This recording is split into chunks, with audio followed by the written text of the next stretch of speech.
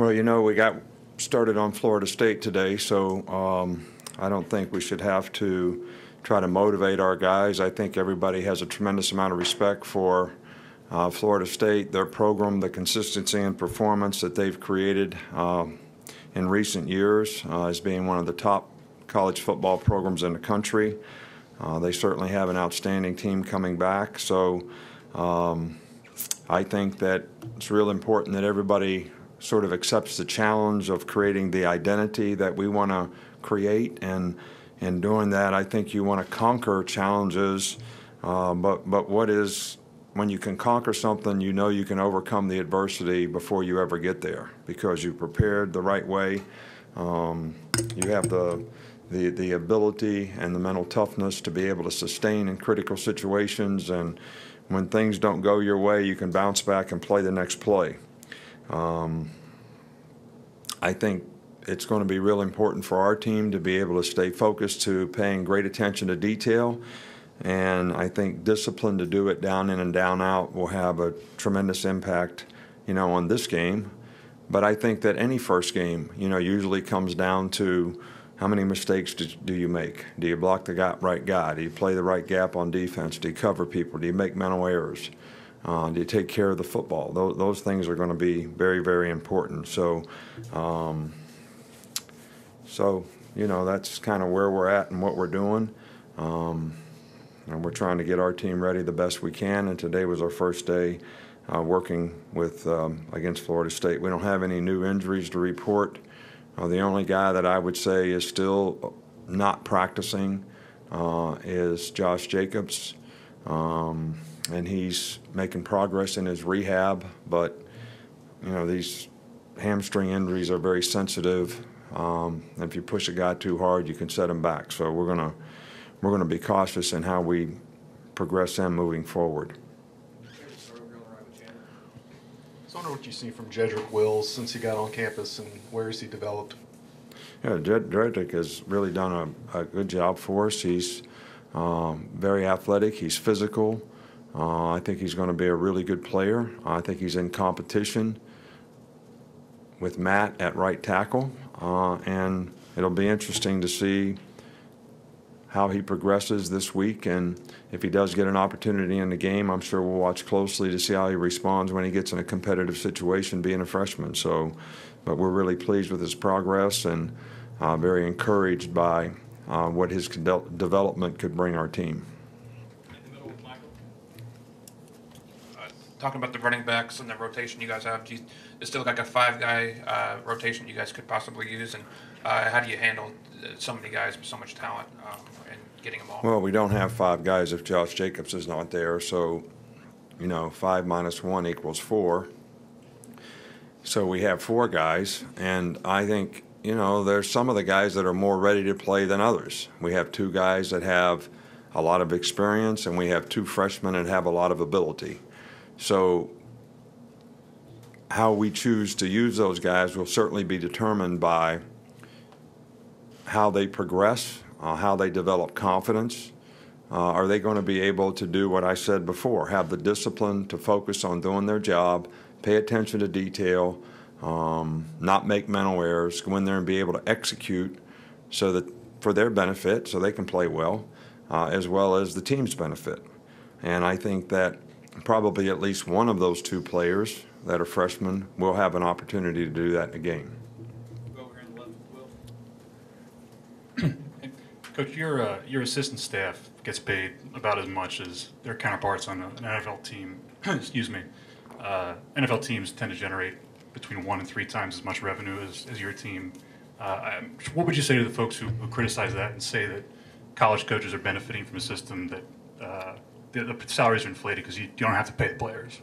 Well, I don't think it has anything. The reason that we pay the coaches that we have and we have the size staff that we have is to benefit the players. We want to get the best possible people around our players to help them develop personally, academically, and athletically. And look, the people that we pay, it's the market. It's what the market bears. They've had opportunities to go other places and make more. So if we want to keep them here to benefit our players, then we have to pay them. I didn't decide what the market is, but that is what the market is. And we want to put the best possible people and as many people as we can that can have a role here, that can have an impact on helping our players be more successful in life because they were involved in this program. It's not just about how they develop as football players, it's how they develop as people. It's how they graduate from school and develop academically so they can develop a career off the field. And it's also, do they have the kind of character and attitude, leadership and example that's going to help them be the kind of people that can have success in their life. So, and it doesn't bother me. I don't even notice that we get criticized and could care less. And we do as much for our players here as the rules allow, and we would continue to do that so that, look, do I acknowledge the fact that it's an issue? But college football is college football. So if we want to make it professional football and pay the players, then that's somebody else's decision. It's certainly not something that I should decide. Go to the back of Cecil. Coach, is there anything unique? You're putting Florida State scout teams in, and is there anything unique in preparing for them at all? Well, I think the thing that Florida State does really well is they have very good players. They do a great job of developing their players. They have a system that they do an outstanding job of executing. Look, it's a little bit more traditional, and I think that's a good thing because they beat you with execution, and that's why I say that discipline and focus to attention to detail are going to be very important in this game because that's the kind of team we're playing. They're very physical.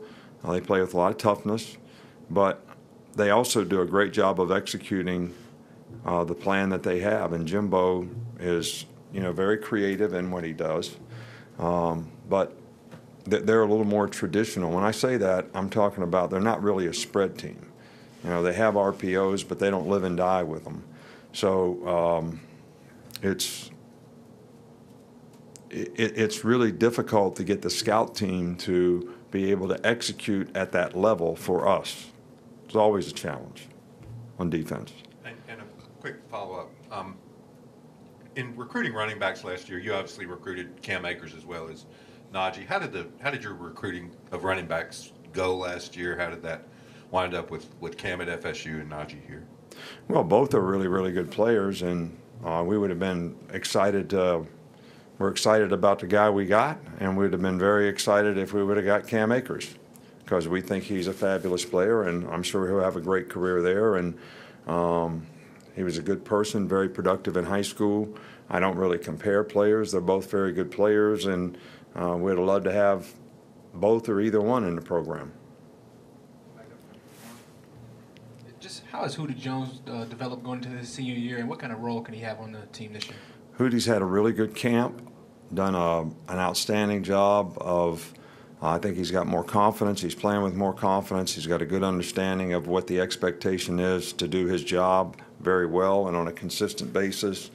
So I've been very encouraged about the way he's played in fall camp, and hopefully he'll be able to carry it to the field for us.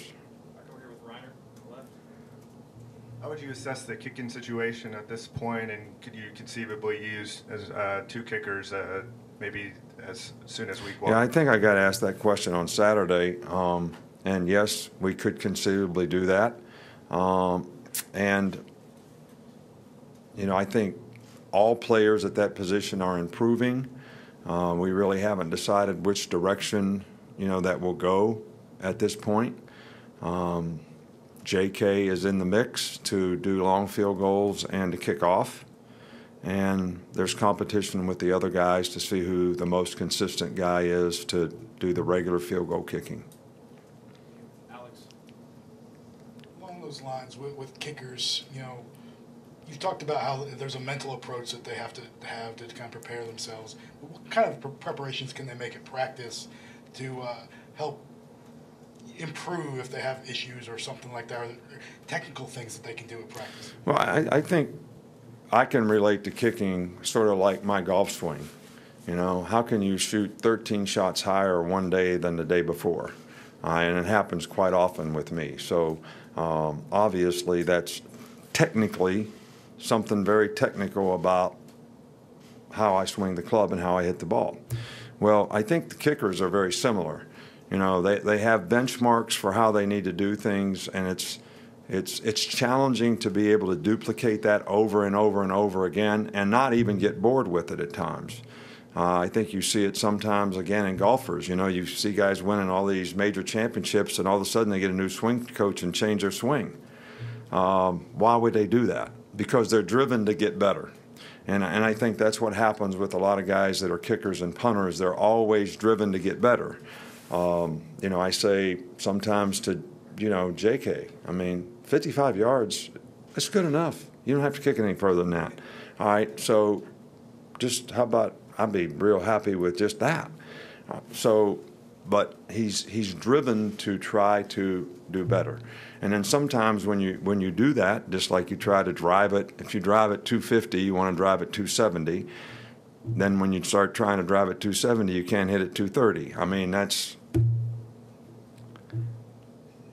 a metaphor of life. I mean, that's how it is in life. You know, I mean, I always try to get better, and sometimes you don't make the right choices and decisions to do it. You can't stay focused on the right stuff. And, you know, sometimes it doesn't work out too well. So that's always a challenge. Wrap up here in the back with Joe. Hey, Coach, in the time that you spent working with Jimbo Fisher, what did you see from him that led you to believe that he'd have the type of success he's had? Well, Jimbo, I thought, has always been one of the best coaches I've ever been around. He did a fabulous job for us as offensive coordinator. He's very innovative. He's smart. He's a hard worker. He's well liked by the players. He's a good teacher. And he's a good game day play caller. So all those things add up to very few faults in terms of being an offensive coach. And I've always kind of thought that Jimbo would be a fantastic head coach, which he has certainly proven to be. And, you know, they have as good a team as anybody in the country, I'm sure, right now because of it. Thank you, Coach. All right, thank you, guys.